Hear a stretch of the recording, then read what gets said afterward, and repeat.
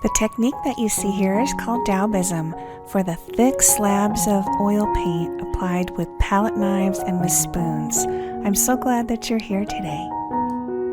Oh, look here, Scrunchy is coming to say hello. Hi, it's Dena Tollefson and welcome to my studio. I'm so glad to have you here today. So today I'm painting with a spoon. I'm using a spoon to apply acrylic paint in this super thick impasto technique that you see. The technique is called Daubism.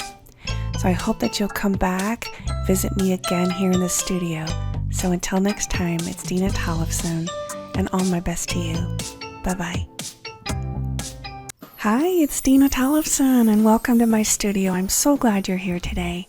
So you're just in time to watch me put the final touches of bright pops of color on my new sunflower painting. This is pyrrole orange that you see here. Orange is a great color to add visual excitement to your work. So come on by and see me again. It's Dena Tollefson. All my best to you.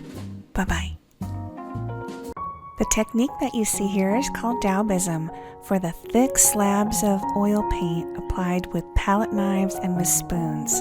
I'm so glad that you're here today.